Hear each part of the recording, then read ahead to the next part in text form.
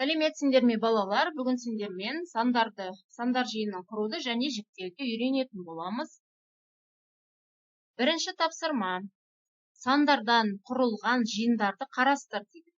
К жиынына біз 5-тен кем бір таңбалы сандар жиыны дейді. К жиынында 5-тен кем бір таңбалы сандар жиыны ол 5, 4, 3, 2, 1 және 0 сандар. Е жиыны бір таңбалы сандар жиыны дейді. Е жиынына 0, 1, 2, 3, 4, 5, 6, 7, 8, 9 бұл бір таңбалы сандар жиыны. Енді К жиынына тиісті және тиісті емес элементтерді ата дейді. 5 саны бізде К жиынына тиісті, өйткені ол К жиынының ішінде тұр. 3 саны, келесі 3 саны К жиынына тиісті. 7 саны К жиынына тиісті емес, өйткені К жиынының ішінде бізде 7 деген сан жоқ. 2 саны К жиынына тиісті. 0 жиыны, 0 саны К жиынына тиісті. Е жиынына тиісті 4 сан жазды. Е жиынына тиісті 4 сан, мысалы 9 саны Е жиынына тиісті. Е жиынының ішінде бару. 5 саны Е жиынына тиісті, 4 саны Е жиынына тиісті, және 9 саны тағы да жазып қойдық. 8 саны дейді. 8 саны Е жиынына тиісті. Келесі тапсырма. Екінші. С жиынының диаграммасына қара. С жиынына тиісті және тиісті емес сандарды ата және оларды жаз. С жиынына тиісті сандар деп біз мына шеңбердің ішіндегі сандарды айтамыз. С жиынына тиісті. 200 саны С жиынына тиісті. 400 саны С жиынына тиісті. 600 саны С жиынына тиісті және 800 саны С жиынына тиісті. Енді С жиынына тиісті емес сандар олар 8, 45, 90 және 1000 сандары екен. Тиісті емес белгісін осылай қоямыз. Енді жеке-жеке жазбай, оны бір жолата, былай бір жазсақ та болады. С жиынына тиісті 200, 400, 600, 800 сандар. Бір жақшаның ішінде.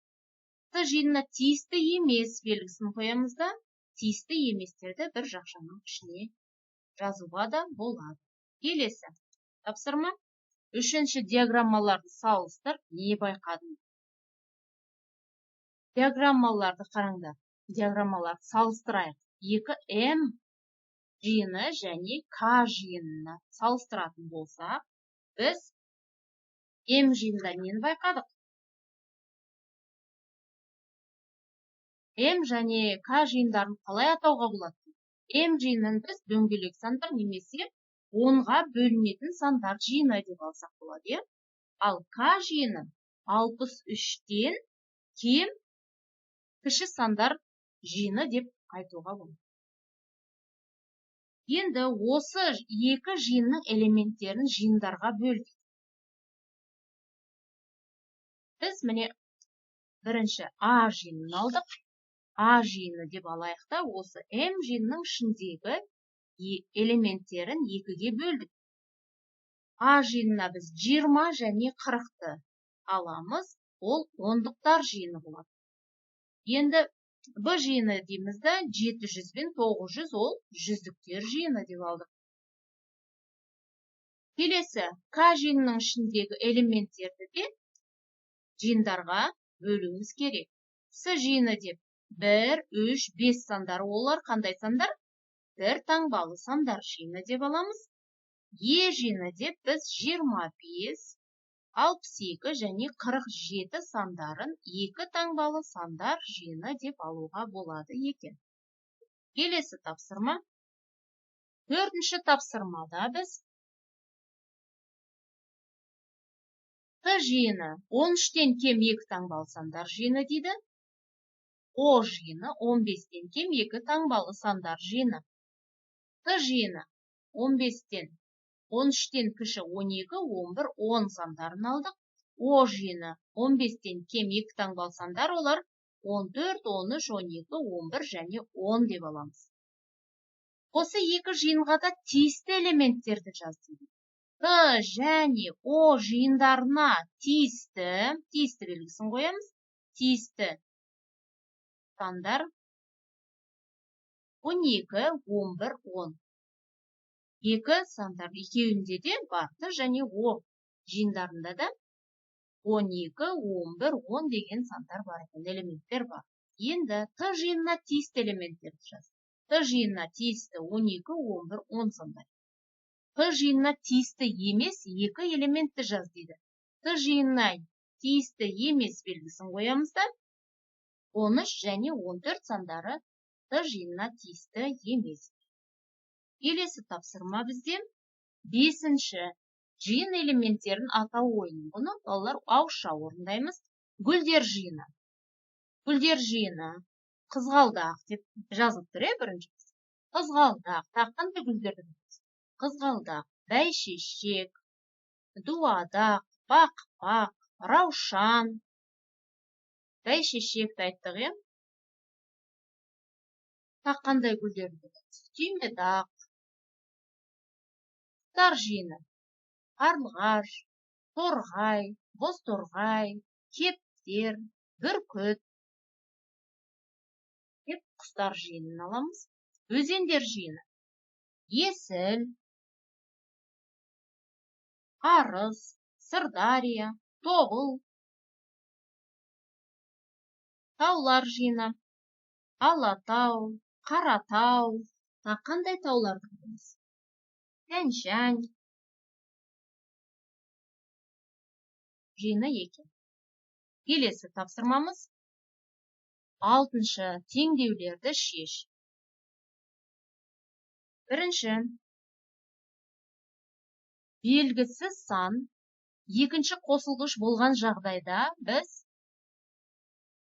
қосындының мәнінен бірінші қосылғышты азайтамыз.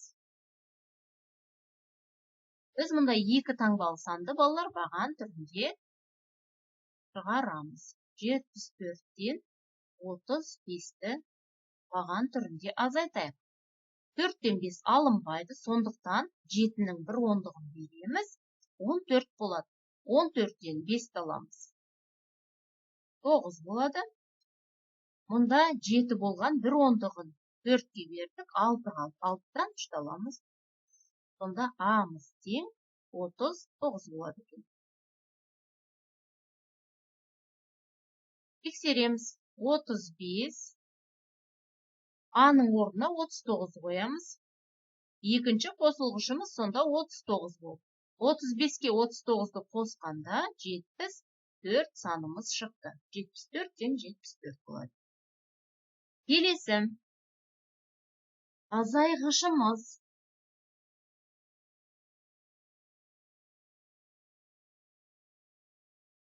Енді белгісіз сан бізде, белгісіз санымыз азайтқыш. Азайғыш белгілі.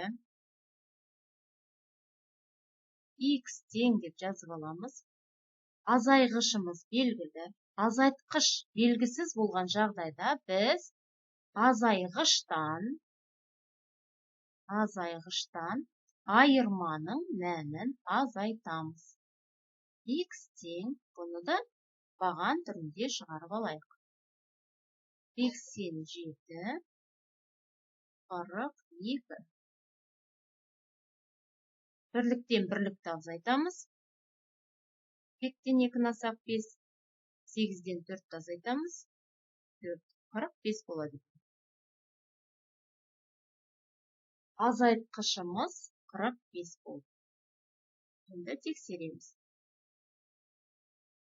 Азайғыш 87, азайтқышымыз 45, айырманың мәні 42 болады екен. Келесі, бізде азайғышымыз белгісіз болып тұр. Азайғыш белгісіз болған жағдайда балалар, айырманың мәніне азайтқышты қосамыз. 18-ге 72-ні бұны да баған түрі қосып аламыз. 18-ге 72-ні қосамыз. 8-ге 2-ні қосамыз. 10. 0-ін жазамын, 1-і ойда сақтаймын. 1-ге 7-ні қосам 8, ойдағымен 9 болады. Азайғышымыз 90 екен. Енді тексерейік. Азайғыштың орнына біз 90-ды жазамыз. Азайту 72. 90-нан 72-ні алсам 18. Айырманың мәні 18. Келесі тапсырма.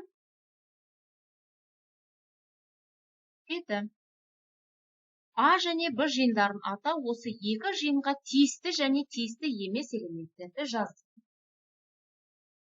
А жиынына тиісті элементтер, А жиынына тиісті мына шеңбердің ішіндегі элементтердің барлығы А жиынына тиісті. Олар 80, 45, 1 және 9 сандар. Б жиынына тиісті А рим цифрмен 1, Б 12, К және 7 сандары. Осы екі жиынға тиісті және тиісті емес элементтер. Тиісті жиындарды жаздық, элементтерді жаздық. Енді тиісті емес элементтеріміз мынау шеңбердің сыртында тұрған элементтер. А және Б жиынына тиісті емес белгісін қоямыз да. Б, С, 7 және 10 саны. Рим цифрымен 10 саны. Келесі тапсырма. 8-ші тапсырма. Ойлан тап. Берілген сандардың арасынан қандай екі санды алып тастағанда қалған сандардың қосындысының мәні 14-ке тең болады. Бұл үшін біз алдымен мына сандардың бәрінің қосындысын тауып аламыз.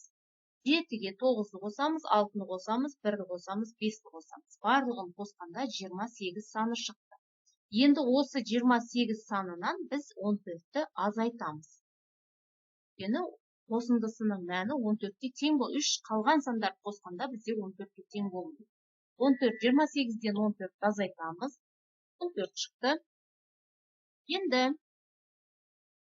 қандай сандарды қосқан кезде бізде 14 саны шығады. Осы берілген сандардың ішінде қандай сандарды қосқан кезде 14 шығады екен?